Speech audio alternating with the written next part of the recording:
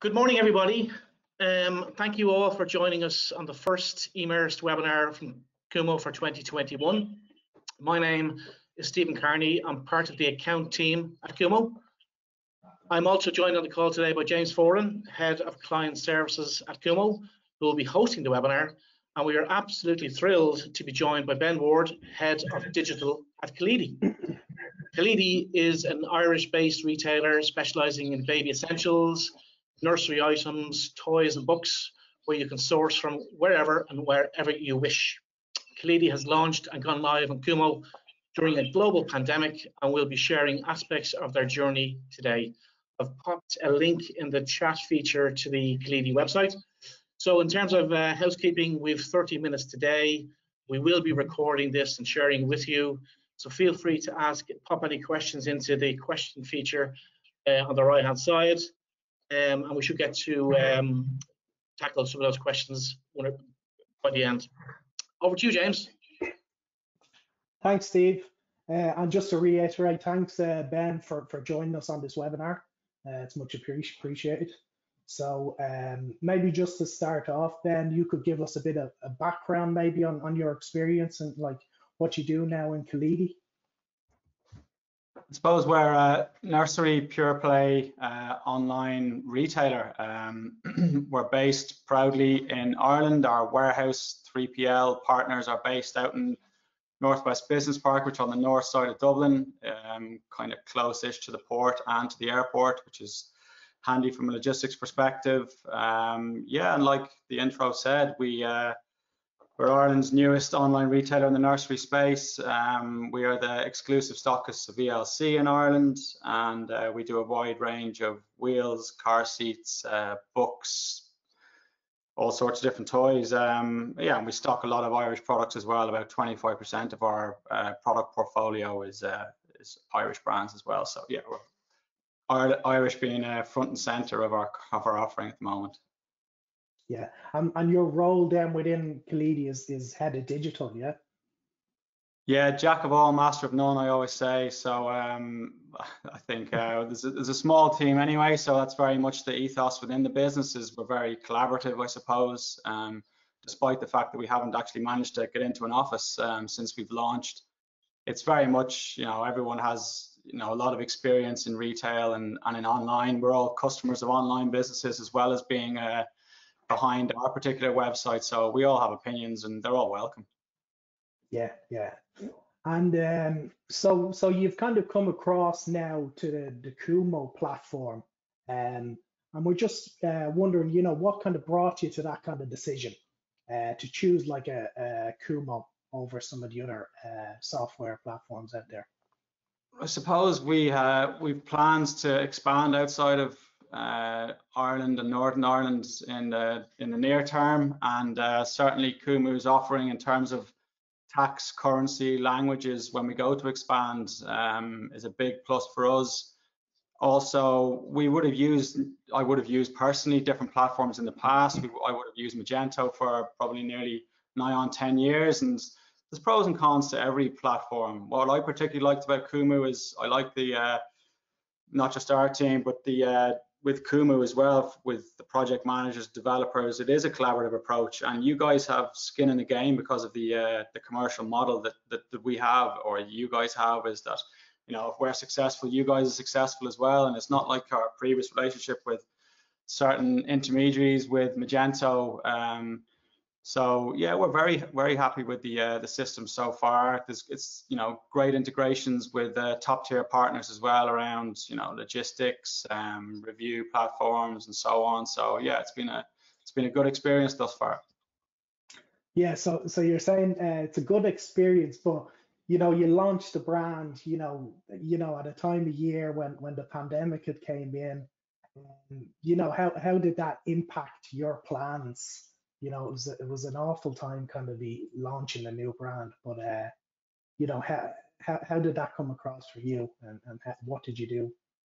Well, I guess it's kind of all we've known as a business. We're a very young business. We're a startup. We only started trading in September of 2020. So in the middle of a pandemic when stores were closed. So I guess you could argue that some of the circumstances have worked in our favor in that bricks and mortars closed, and feel very sorry for people who are retailing through bricks and mortar at the moment. It's a really tough environment. It's very uncertain. And Brexit as well hasn't made anything easy either. We don't get all of our product from Ireland. A lot of it's sourced in the UK. We've had difficulties bringing it in. We've had difficulties getting B2C as well. We delivered to the UK, and we would have encountered quite a few difficulties in the very first few weeks of January because of the new changes to customs and duties. But that's also worked in our favor because customers now are asking, where are you situated? Is there going to be extra kind of fees or charges levied when the product arrives? And we're able to proudly say that we are based in Ireland and we can deliver next day. And no, you won't have any additional charges when DPD arrive at your door. You don't have to sign anything and give over your credit card details. So, it's been a real plus for us. But in terms of starting trading in the pandemic, I guess the difficulty would be that we haven't had a proper face-to-face physical meeting. It's unusual in that respect. Even as a team, we can hop on a call or hop on a Zoom, but it's not quite the same as sitting in an office and bouncing ideas around. And but I guess being pure play as well and not having bricks and mortar means we're very agile as well. We have our own in-house obviously marketing team, graphic design team. So if we want to roll out a promotion for whatever reason, we can have that turned around in a couple of hours, I suppose, which if you have store infrastructure, that's just not possible. You need things like signage, and you need to make the teams and the store staff aware of what's happening so that if customers go in and ask them questions, they have responses for them. So it means we're a lot quicker and more agile. So yeah, I guess so far it's been an interesting experience. I don't think starting a business is easy for anyone, but certainly when you're in lockdown and people can't go to stores, it can work both ways, I guess. So you mentioned like a traditional bricks and mortar approach, and you've just gone down the route of being digital first. What was the reasoning behind taking that digital approach and maybe not going and opening a store on the high street? Well, it's certainly, whilst it might not be in our immediate plans, it's certainly in our medium to long-term plans is to look at a store presence. We are very aware that customers do like to go in and touch and feel the products, test it, whether it be a cot or a buggy or a toy or an item of feeding or what have you. It is important to have that tangible product there to be able to go in and have a look and feel of. So it's born of necessity, because I don't think going into property at the moment, be it a lease or license, it's so uncertain that I just you couldn't countenance it at the moment. But I think medium to long term, and it's certainly something suppliers would talk to us about. Some would ask you, are you going to go into bricks and mortar in the near future? And whilst it's not a definite, it's certainly something we are going to consider. But being a pure play business has its advantages as well. But we have to be conscious that we don't have that physical presence, so we have to try and come up with ways to try and counteract that lack of physical presence by having a very agile customer service portal, for example, where we've got a Zendesk system integrated into our Kooomo website, which funnels all of our customer service queries.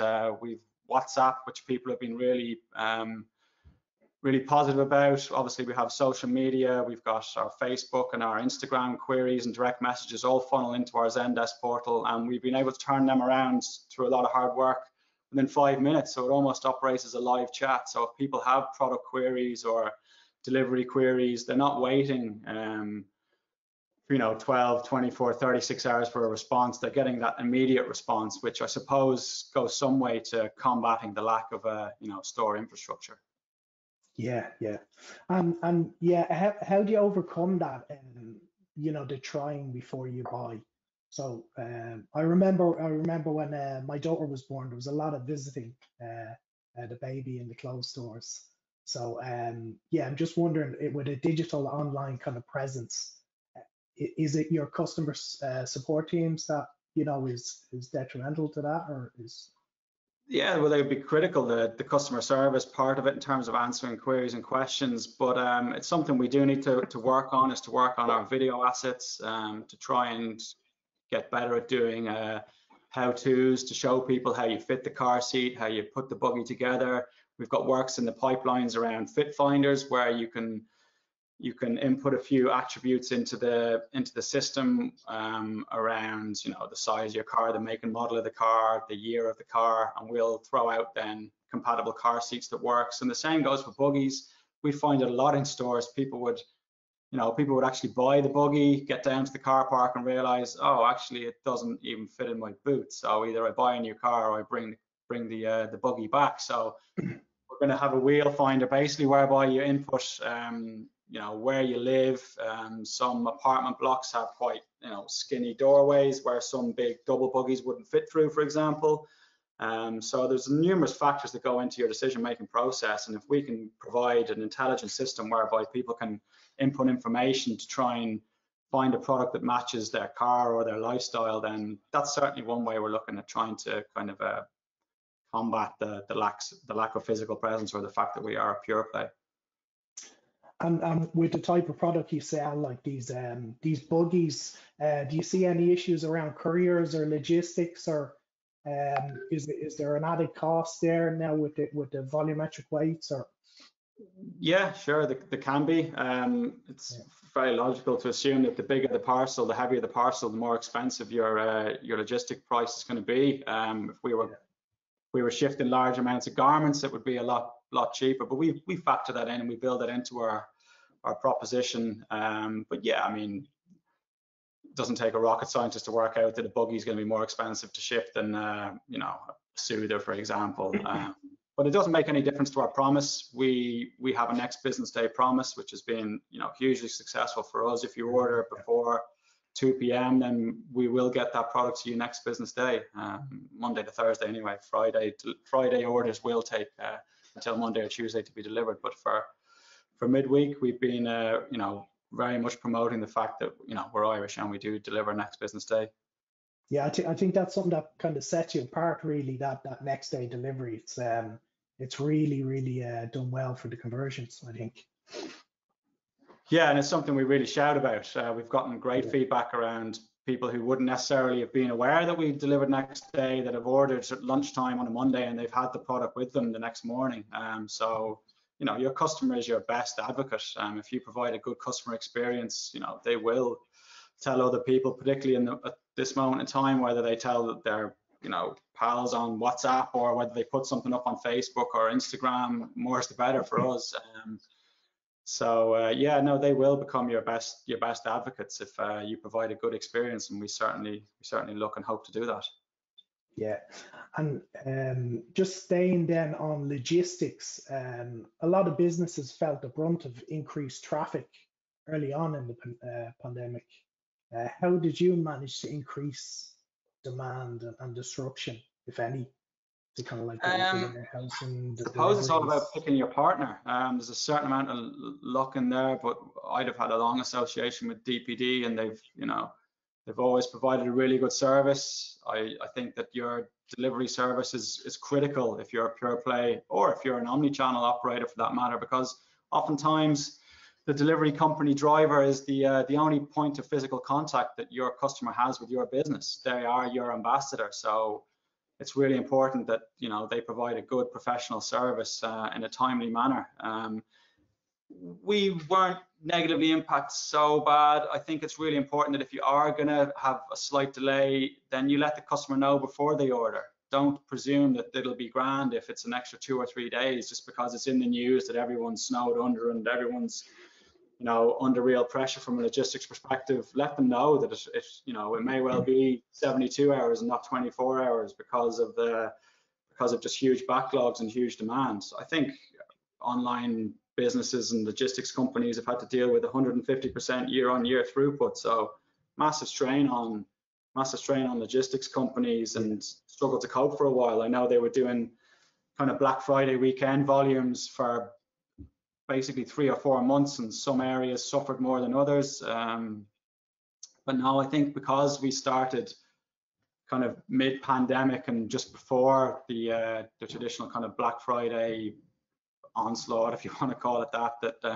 we didn't really suffer from any huge delays. We did have a couple of days when there were pinch points, but DPD would have let us know that they were falling behind, and we would have changed our messaging on social and on our homepage just to let people know. I think if you forewarn people, they can still decide then whether they're happy with that delay, but certainly better than having to contact everyone after the event and say, look, there's going to be delays. It's a better customer experience to try and give people information prior to order. Yeah, absolutely. And it's quite easy, like, to open up new zones and new markets within Kooomo. Is there plans to maybe start shipping, outside of Ireland, to other European countries? Or I know we were shipping to the UK, but is there anything else that's going to open up? So I missed the start of that, James. You saying, are you looking to? Yeah, are you looking to open up any new markets around Europe? I know we were shipping to the UK, and we hit some issues early January with all the new rules and regulations. So I was just wondering, is there other European countries maybe? It's definitely in the plan. We'll have to, I suppose, get it right first in our local market, make sure we're providing a good scalable service, and then look at the changes required to move our business. Certainly European wide anyway, shouldn't be too difficult with our, the integrations we have around Scurry and DPD to be able to offer different price points, different delivery windows for European delivery anyway. It's not something that's in my immediate plans, but hopefully toward the end of Q3, Q4, it should be something that we're able to do. We'll have to adjust our marketing as well to try and get our ad spend around covering not just UK, Ireland, but also to include those European countries we want to target. So yeah, it's certainly something in our plan. It's good that Kooomo is adaptable in that respect, but it's not something that we're going to be doing in the next couple of months anyway. Okay.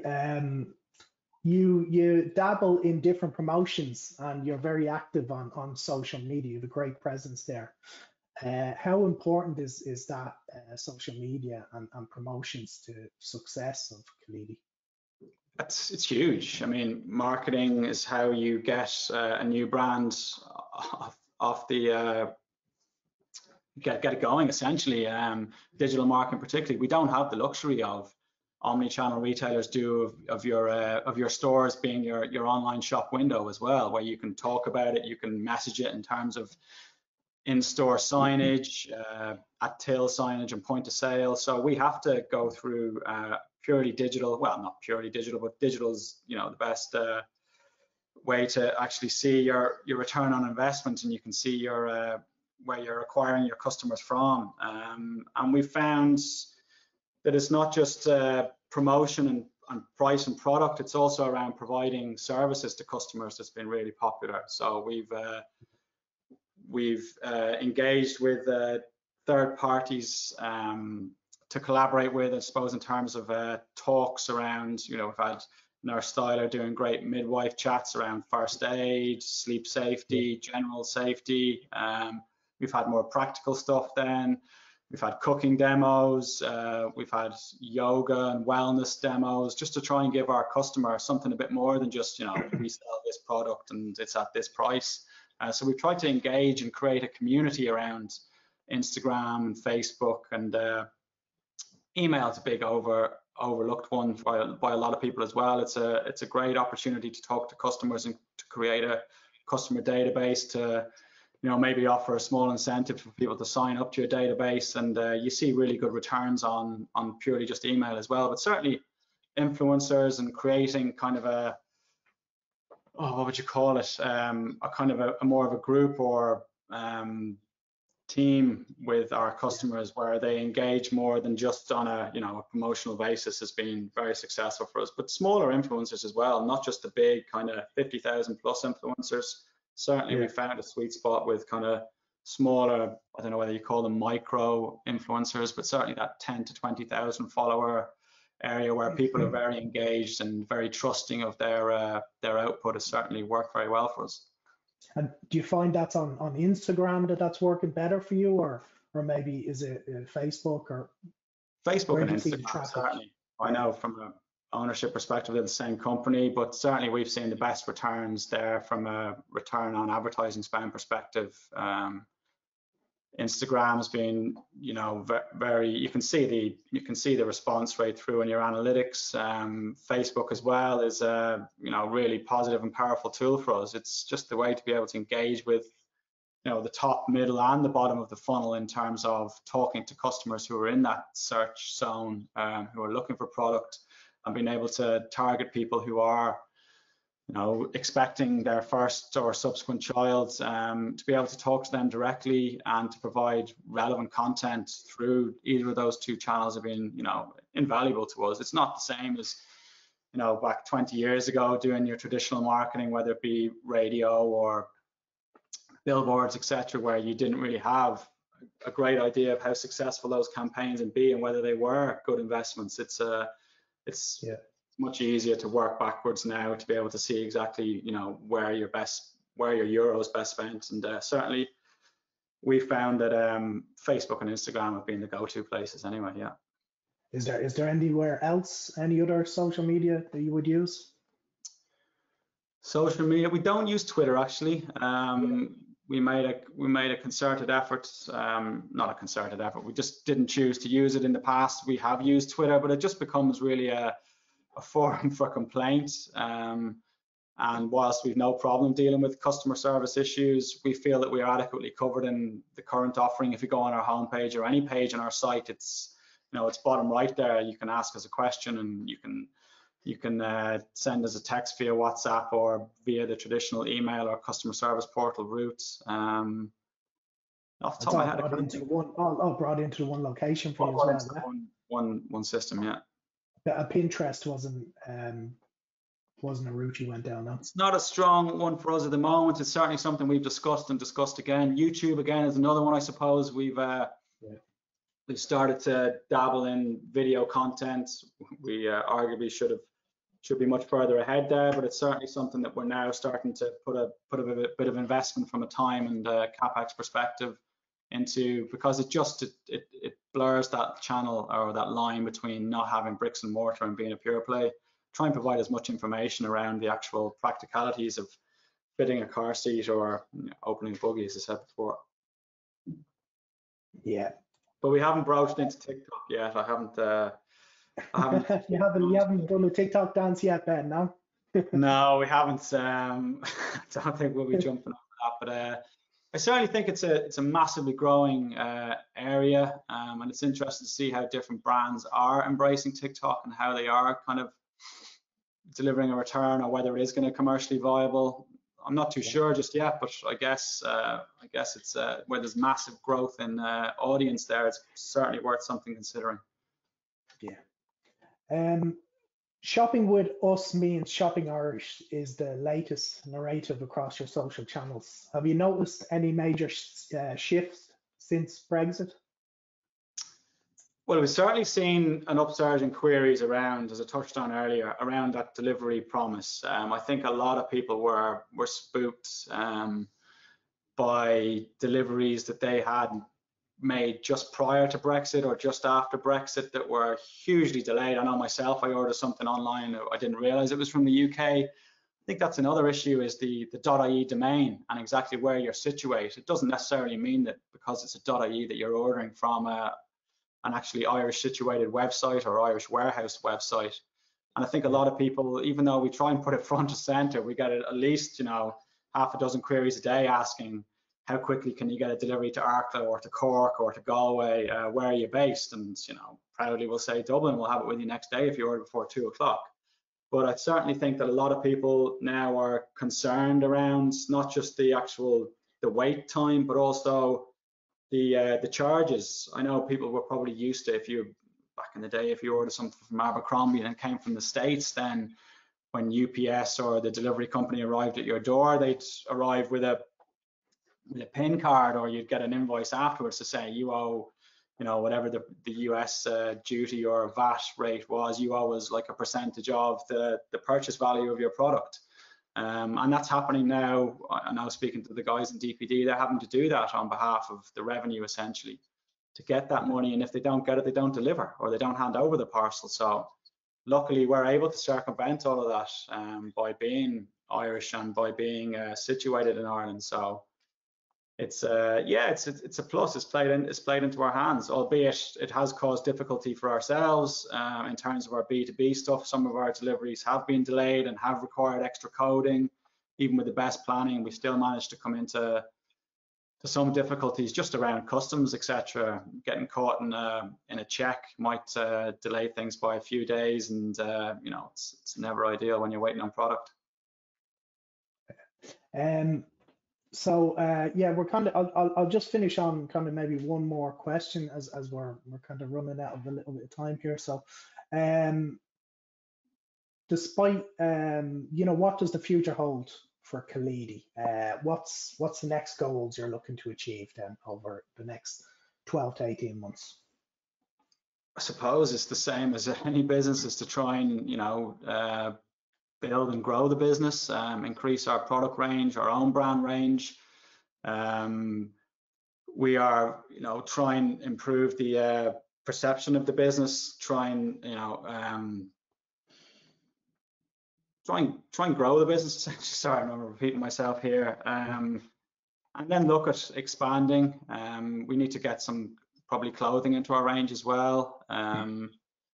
More toys, and just to try and create more market share by providing a really good customer experience, and you know, pushing our messages out there that you know, we are somewhat more, I suppose, thoughtful in the fact that we don't use any plastics in our own brand product in our packaging, and when we're, you know, our logistics and pick and pack operation, it's all recyclable and recycled cardboard, etc. So we're trying to get that message out there as well, you know.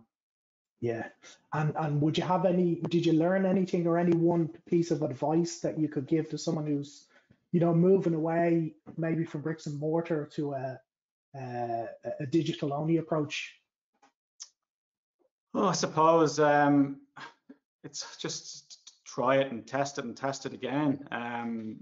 Never take anything for granted from the customer's perspective. You might have a view on how you think something will work, but you have to really just work backwards from the whether it's a mobile or a desktop version of, and try and make it as simple as possible, and try and remove all those possible pinch or pain points. So I think particularly with online, it's not easy to, but it's certainly easier than a bricks and mortar presence, is to test every single process end to end and keep testing it, because you know, when you press live and you press go and that website gets indexed and is available for customers to search and see, it's an exciting aspect, but it's also it's a very worrying time as well, because you're just never quite too sure exactly how it's going to go. So yeah, I think just a plan and test, I suppose.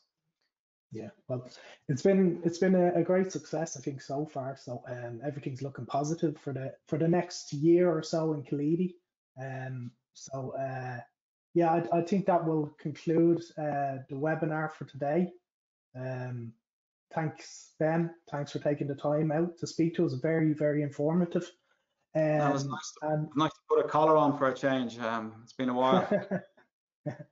And any of our viewers or listeners, you know, if you could stay tuned to our social media over the coming weeks, as we'll provide updates, and there'll be more in this eMmerced series. So stay tuned for that.